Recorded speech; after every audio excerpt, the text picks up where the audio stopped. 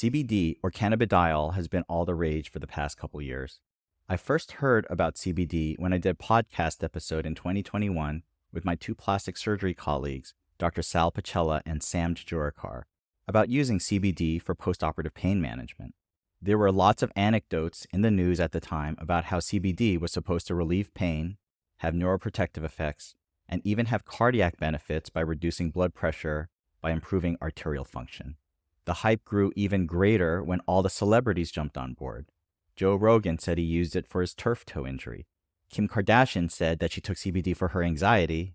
Supposedly Tom Hanks uses CBD, and even Martha Stewart's French bulldog was on the stuff. After that, I started to hear a lot of athletes at the gym talk about using topical CBD for managing muscle soreness and to speed recovery. I also tried using a CBD cream for a little bit, but I didn't like the smell. It was mixed with something menthol, so it reminded me of Ben Gay, and I wasn't sure it wasn't doing much anyway for me. But finally, about a month ago, I was talking to someone in my Whoop group. I've mentioned on this podcast this fitness tracker that I wear called a Whoop, which measures HRV, heart rate variability, and it tracks all sorts of other things such as exercise and calories burned. But the main thing I use my Whoop for is to track my sleep. I belong to an online group of about 30 athletes at my gym who use the Whoop. We can see each other's sleep, fitness, and recovery scores. And the Whoop app ranks us according to these numbers. It's a good way to incentivize us to try to keep staying healthy. There's nothing like gamifying something to add extra incentive to see if you can get a higher recovery or fitness score than someone else. But consistently, I am at the bottom or near bottom of the group every week when it comes to the amount of sleep I get. And my Whoop friends know this and like teasing me about it, about how bad my sleep scores are. Out of the big four, nutrition, exercise, stress, and sleep, the one thing I still struggle with the most has definitely been sleep. It's probably been a lifetime issue, but I have worked mightily for the past month or two to improve my sleep scores with mixed results. Nearly all of my sleep issues are self-inflicted.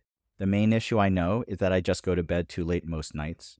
But some of the other factors contributing to my poor sleep are poor sleep hygiene. I often use my phone just before going to bed, and I frequently don't engage in a good wind-down routine that helps me prepare for sleep. But even with addressing these issues, some nights I just have problems falling asleep. I've tried other sleep aids such as melatonin without much success. And this is where my friend mentioned CBD oil as a game changer in terms of helping to fall asleep faster. I know some of my other friends use marijuana edibles to help fall asleep, but I've always been reluctant to use something that powerfully psychoactive.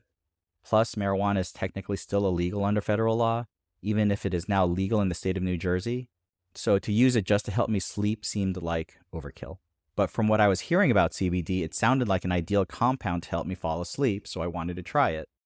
But I had a bunch of questions. What is CBD in the first place? Where could I get it? Would it be legal? So let's talk about my quest for this magic miracle drug, CBD.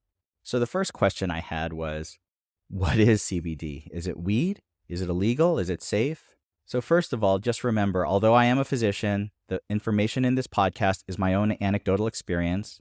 So, as always, the quick legal disclaimer when talking about medical issues. This show is not a substitute for professional medical advice, diagnosis, or treatment. My show is strictly for informational purposes only. And always seek the advice of your surgeon or other qualified healthcare provider with any questions you may have regarding medical care. And never disregard professional medical advice or delay seeking advice because of something you hear on my podcast.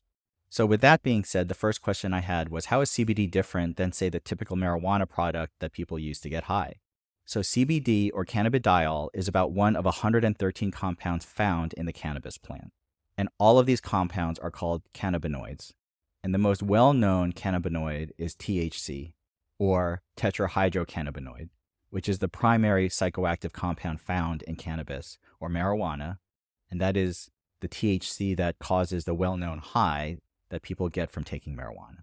Most cannabis or marijuana contains a combination of all of these 113 cannabinoid compounds in different proportions and strengths, which leads to the different brands and strains of marijuana having different reported effects, with some strains having a more mellow effect or others causing a more increased appetite, etc. So all of these compounds, including THC and CBD, work by binding specific cannabinoid receptors in the brain. These receptors are common in many animals, including humans, and they're part of the brain's endocannabinoid system, or ECS. This ECS helps regulate a variety of neurologic functions, including movement, learning, memory, emotion, and pain. Now, CBD has a different effect than THC in the brain because they bind these receptors differently than THC. And research is still trying to characterize these neurologic pathways. For example, there is some evidence that THC alone can increase anxiety, while CBD can reduce or mitigate some of THC's effects when taken together. THC is extremely psychoactive, but CBD appears not to be, or if it is, it has very minimal psychoactive effects. So last year, the FDA actually approved a medication, Epidiolex, a purified CBD extract, to treat rare seizure disorders in patients 2 years and older after multiple double-blind and placebo-controlled trials showed that CBD helped reduce seizures. More trials are currently ongoing regarding the use of CBD in the reduction of social anxiety and also the treatment for PTSD. Based on these studies, CBD itself appears to be safe in regards to side effects. The main side effects with Epidiolex included diarrhea, sleepiness, fatigue, and weakness, among other relatively mild issues. And there does not appear to be a known toxic overdose of CBD. There have also been some small studies that also seem to indicate that CBD either helped with anxiety reduction or sleep. So based on the current medical literature, I was ready to give CBD a try as a sleep aid. So after knowing that CBD itself as a compound is different from THC, and it appeared to be safe in its extract form, the second question I had was, is CBD legal or was it like marijuana? So many states have decriminalized the use of the cannabis plant or marijuana, either for medical use or more recently for recreational use as well, including the state of New Jersey. However, cannabis is still illegal according to federal law and in some states. So right now, at the time of recording this podcast, the legality of CBD is somewhat complicated, but this is the simplest way to think about it as far as I can figure it out. And of course, I'm definitely not a lawyer, so take all of this with a grain of salt. Right now, the federal government has divided the cannabis plant into two categories, cannabis and hemp. If the cannabis plant contains more than 0.3% THC, it is called cannabis, and it is illegal under federal law. If the cannabis plant contains less than 0.3% THC, then it is called hemp, and it is considered legal. So if the CBD is extracted from a plant with more than 0.3% THC, even if that CBD extract contains no THC, because the source plant was illegal, then the CBD derived from that plant is also illegal. But if the CBD is extracted from a hemp plant containing less than 0.3% THC, the CBD is considered legal. But it still gets slightly more complicated. Because CBD is the active ingredient in the medication Epidiolex, which is a prescription-only medication, the FDA regulates CBD-containing products federally because it is an active ingredient in a prescription medication.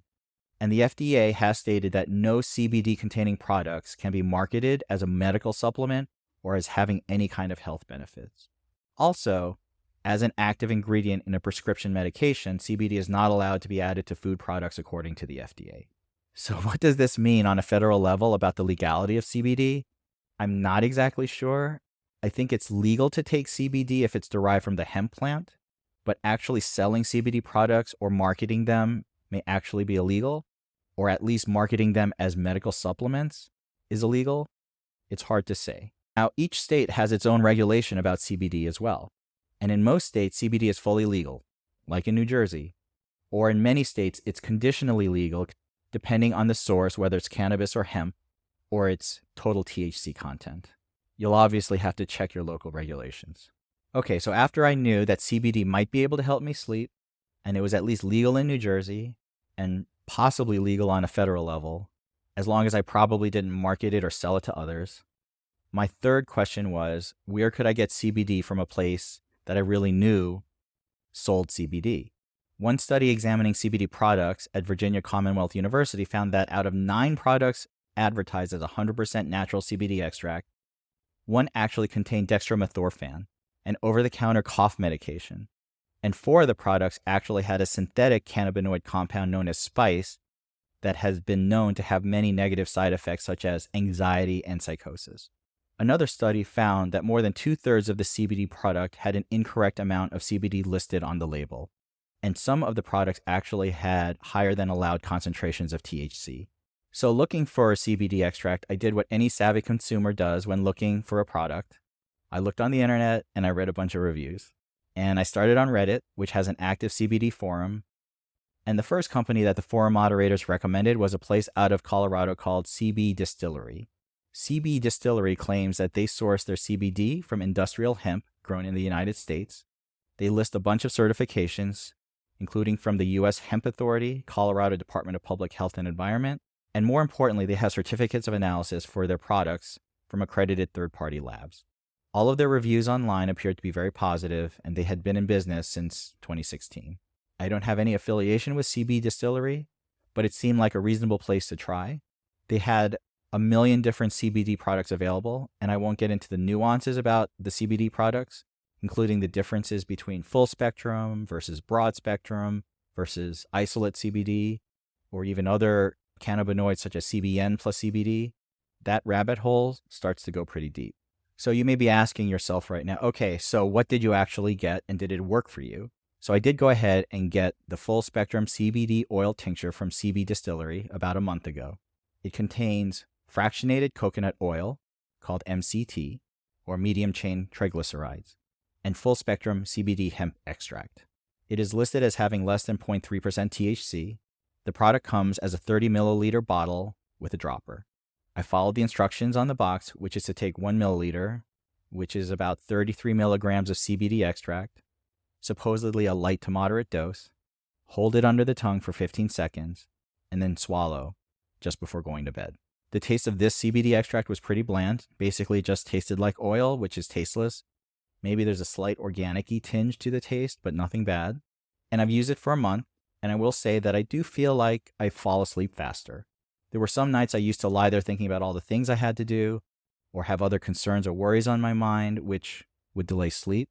The CBD effect is not a sledgehammer for me, it's more subtle, but I think it did help me consistently feel calmer as I fell asleep. I think the other thing that the CBD did help was with my shoulder ache at night. I've been dealing with a shoulder issue for a while, and lying down does make it somewhat uncomfortable. And the CBD has helped that ache feel less noticeable at night, so I wouldn't have to rely on Advil so much. I still have issues with waking up in the middle of the night, and I would say the CBD effect seems to last about 3 to 4 hours for me. Increasing the dose to 2 mLs did not seem to make a huge difference for me, so I generally just stick to 1. I think it's helped me enough that I've ordered a second bottle for a second month. It isn't the cheapest supplement. A one-time purchase from CB Distillery for this product was about $60, but if you subscribe, the cost drops to about $45. I'll stick with it for a while and see if it continues to help with my sleep, while I continue to work on other issues that are plaguing my sleep hygiene. Would I recommend CBD for sleep? I will say it seemed better than melatonin for sure, and my mental state does seem more positive when falling asleep on CBD. But again, the effect is more subtle than overpowering, but your mileage may vary. Check it out for yourself and let me know what you think. And if you already use CBD regularly, let me know where you get it from and what it does for you. My weekly thankful is the feedback I got this week for the podcast. I'm never sure who listens to the show because my topics are generally whatever I feel is interesting to me, and I don't have a specific theme or topic group. So the topics vary widely. But I've gotten some great comments on YouTube and also in person about some of the shows, and how some of these topics have resonated with people, including the Flow State episode with athletes. Shout out to the strongman athletes out there, as well as for those who have started to notice the H-bomb dropping out there once you start to look for it. Please let me know your thoughts and suggestions. Thanks again for listening and sharing. DM me at Botox and Burpees Podcast on Instagram, or leave a comment at youtube.com/@Botox and Burpees. Thank you very much.